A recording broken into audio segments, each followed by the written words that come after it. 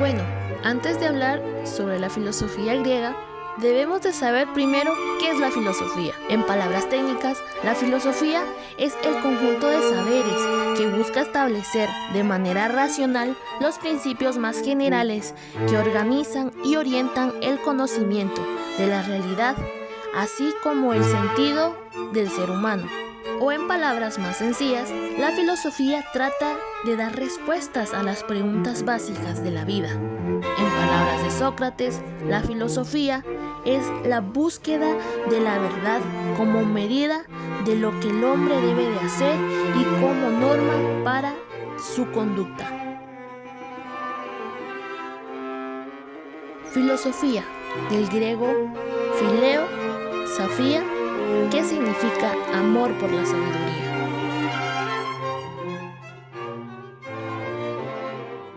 La filosofía griega es un periodo de la historia de la filosofía, la cual se puede dividir en 3 subperiodos. Tenemos la filosofía presocrática, que va desde Tales de Mileto hasta Sócrates y los sofistas.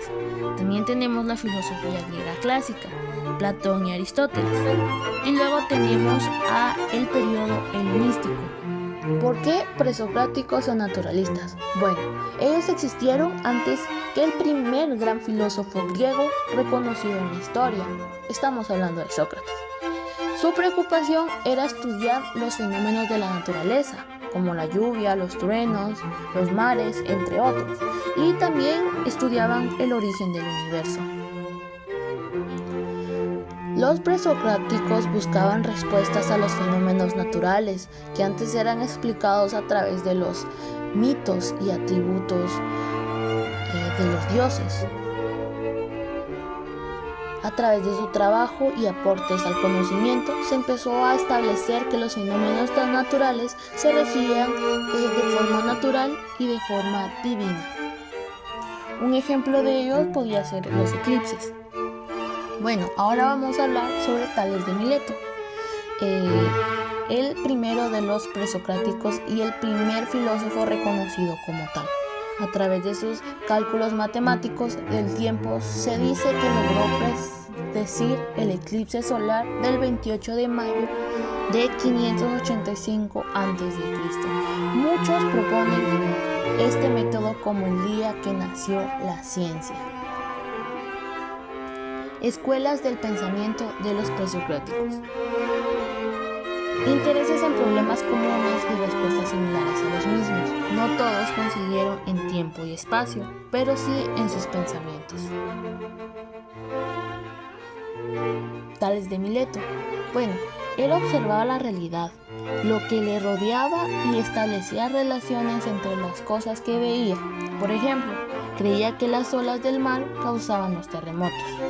Pensaba que todo el universo debía de estar creado a partir de una sola sustancia, que para él era el agua. Observó que el agua se evaporaba y que podría transformarse y que todos los seres vivos la necesitaban para subsistir. También tenemos a Anaximandro de Mileto. Él observó el cosmos y estableció que éste debía de tener un origen, al igual que todas las cosas, y le llamó Arge. Para él, el elemento que constituía todo lo que existe se llamaba apeiron, que significa que no tiene límites, el principio y el fin de todas las cosas. También tenemos a Anaximines. Reunió las ideas de sus antecesores. Pensaba que el aire reunía las características materiales del agua y el infinito del apeiron. Él observó que cuando los animales fallecían, exhalaban, lo que le hizo pensar que era el aire lo que les daba la vida. Ahora hablaremos de Platón. Platón nació en Atenas. Desde muy joven se sintió atraído por la filosofía y pronto comenzó a frecuentar los entornos de Sócrates, convirtiéndose en uno de sus discípulos más aventajados. No obstante, tras la condena de la muerte impuesta a su maestro, se vio obligado a abandonar Atenas y no volvió hasta el año de 387 a.C., momento en el que funda la Academia, la cual se convirtió en uno de los centros más importantes del saber hasta que fue clausurado en el año 86 a.C.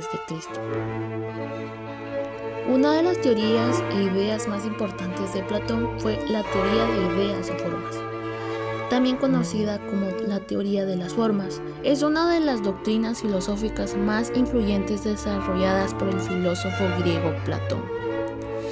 Esta teoría se encuentra principalmente en sus obras tempranas como La República y Fedón.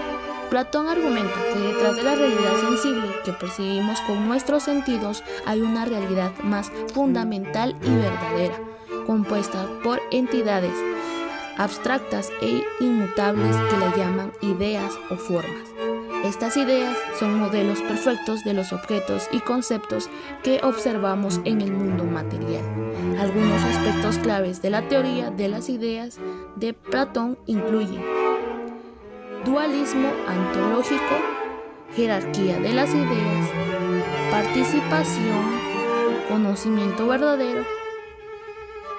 La teoría de las ideas de Platón han sido objeto de debate e interpretación a lo largo de la historia de la filosofía. Ha influido en numerosas corrientes filosóficas, religiosas y científicas posteriores, y sigue siendo una fuente de inspiración para los filósofos contemporáneos. Platón afirma que hay dos tipos de realidades: la realidad sensible, que trata que la realidad sensorial se encuentra en los seres sintientes, percibidos por los sentidos, como los árboles, las personas y todos los objetos animados.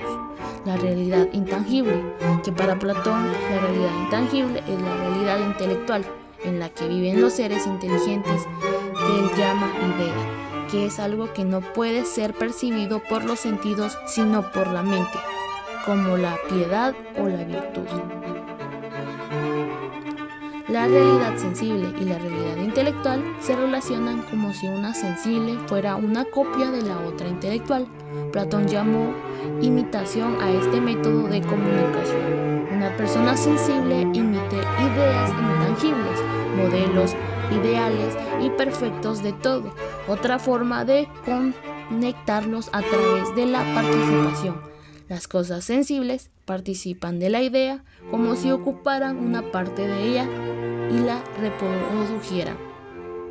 Platón nunca presentó esta teoría de manera sistemática y completa, pero la introdujo en sus diálogos para responder ciertas preguntas y explicar otros fenómenos.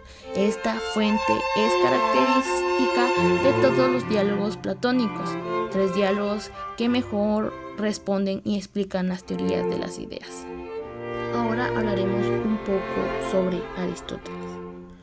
Durante su tiempo en la Academia de Platón, Aristóteles no solo estudió filosofía, sino que también se involucró a otros campos como las matemáticas, la biología y la astronomía. Sin embargo, tuvo diferentes opiniones con Platón en varios aspectos filosóficos, lo que eventualmente llevó a su distanciamiento. Después de la muerte de Platón, Aristóteles regresó a Macedonia, donde fue tutor de Alejandro Magno, quien luego se convirtió en el famoso conquistador. Aristóteles regresó a Atenas y fundó su propia escuela, el Liceo, donde enseñó y escribió gran parte de su obra. El Liceo era conocido como un peripatético, porque Aristóteles solía enseñar mientras caminaba por los jardines del lugar. Las obras de Aristóteles abarcan una amplia gama de temas y conserva en gran parte a través de sus escritos. Algunas de sus contribuciones más importantes incluyen lo que es la lógica, la metafísica, la ética política, la biología y las ciencias naturales. También tenemos lo que es poética. En su obra poética, Aristóteles analiza la naturaleza y las formas del arte poético, especialmente del drama. Ahora bien, para ir terminando sobre la filosofía griega, pasaremos un pequeño resumen de lo que acabamos de ver. La filosofía griega se desarrolló en el siglo VI hasta el periodo helenístico.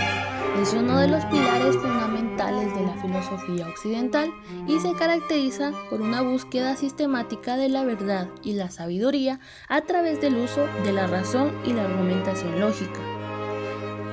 Ahora pasaremos un pequeño resumen sobre lo que acabamos de ver en el video. Vimos lo que es la filosofía presocrática, donde esta etapa, ¿verdad?, es donde estaba Tales de Mileto, Pitágoras, Heráclito, Parménides, entre otros. También vimos lo que es la filosofía clásica, donde vimos a Platón y Aristóteles. También tenemos el periodo helenístico, ¿verdad?, que es después de la muerte de Aristóteles, donde la filosofía griega entra a una fase helenística, marcada por el surgimiento de las escuelas filosóficas como el cinismo, entre otras, ¿verdad? Estas escuelas se enfocaron en preguntas sobre la ética, la felicidad, el propósito de la vida y ofrecieron diferentes enfoques para alcanzar la sabiduría y la tranquilidad mental.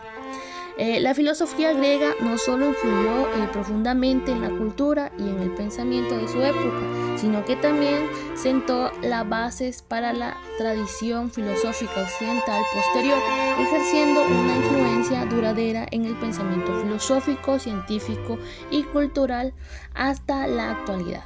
Bueno, este fue un pequeño resumen o una pequeña idea de lo que es la filosofía griega y lo que conlleva a esa filosofía.